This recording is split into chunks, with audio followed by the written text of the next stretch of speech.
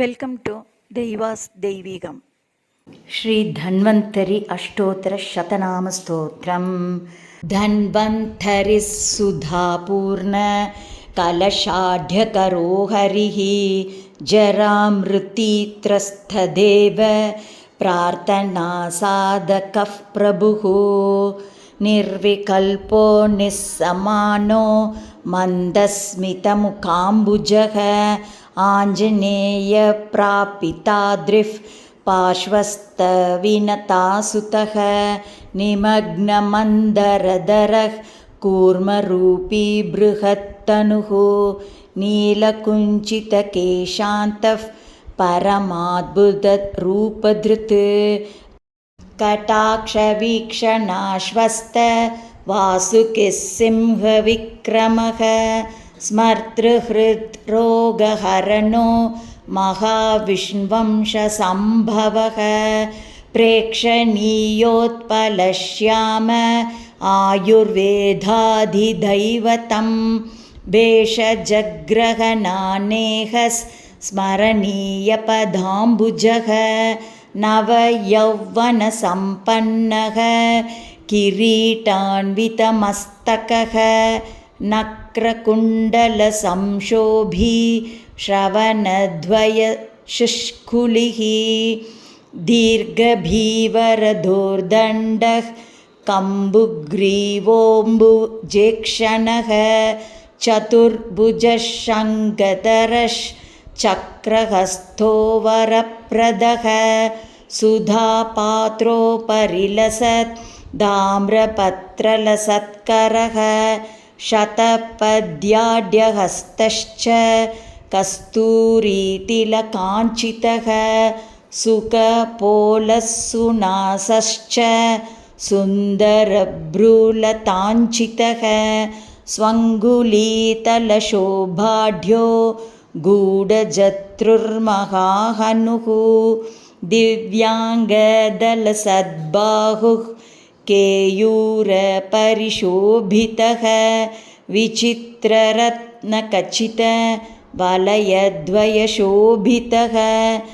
समोल्लसत्सुजातांसश्चाङ्गुलीयविभूषितः सुधागन्धरसास्वाद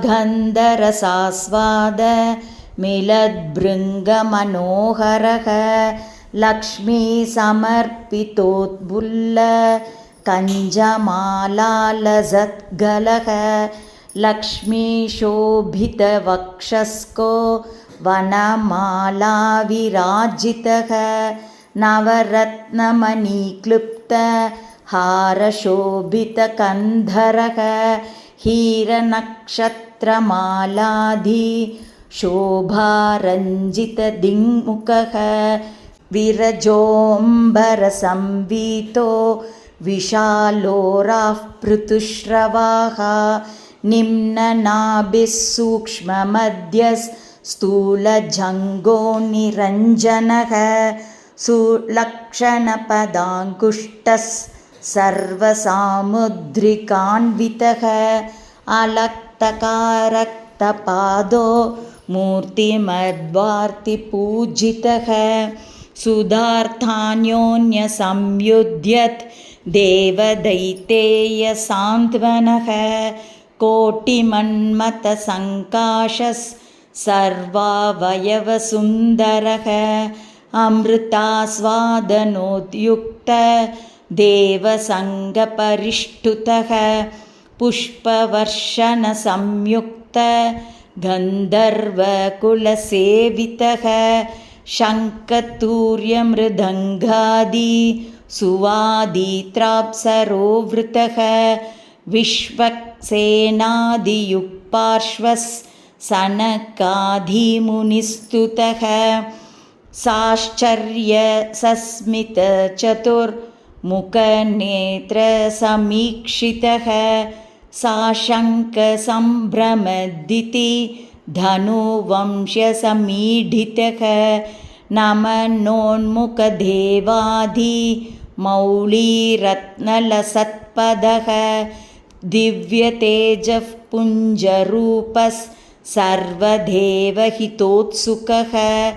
स्वनिर्गमक्षुब्धदुग्ध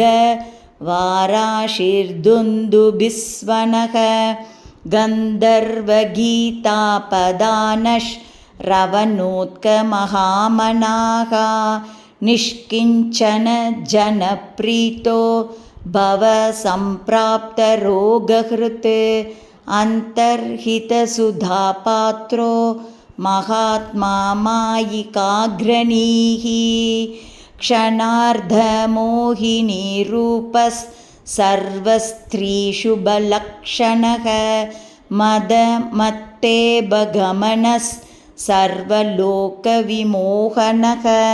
स्रंसन्नीविघ्रन्थिबन्धा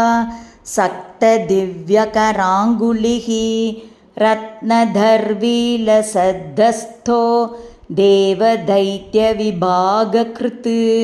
सङ्ख्यातदेवतान्यासो दैत्यदानववञ्चकः देवामृतप्रदाता च परिवेषणहृष्टधीः उन्मुखोन्मुखदैत्येन्द्र दन्तपङ्क्तिविभाजकः पुष्पवत्सु विनिर्तिष्ठ राहुरक्षशिरोहरः राहुकेतुग्रहस्थान पश्चाद्गतिविधायकः अमृतालाभनिर्विण्ण युध्यद्देवारिसूदनः घृत्मध्वाहनारूढस्सर्वेशस्तोत्रसंयुतः स्वस्वाधिकारसन्तुष्ट शक्रवह्न्यादिपूजितः मोहिनीदर्शनायातस्धानुचित्तविमोहकः शुचिस्वाहादिदिक्पाल पत्नीमण्डलसन्नुतः वेदान्तवेद्यमहिमा सर्वलोकैकरक्षकः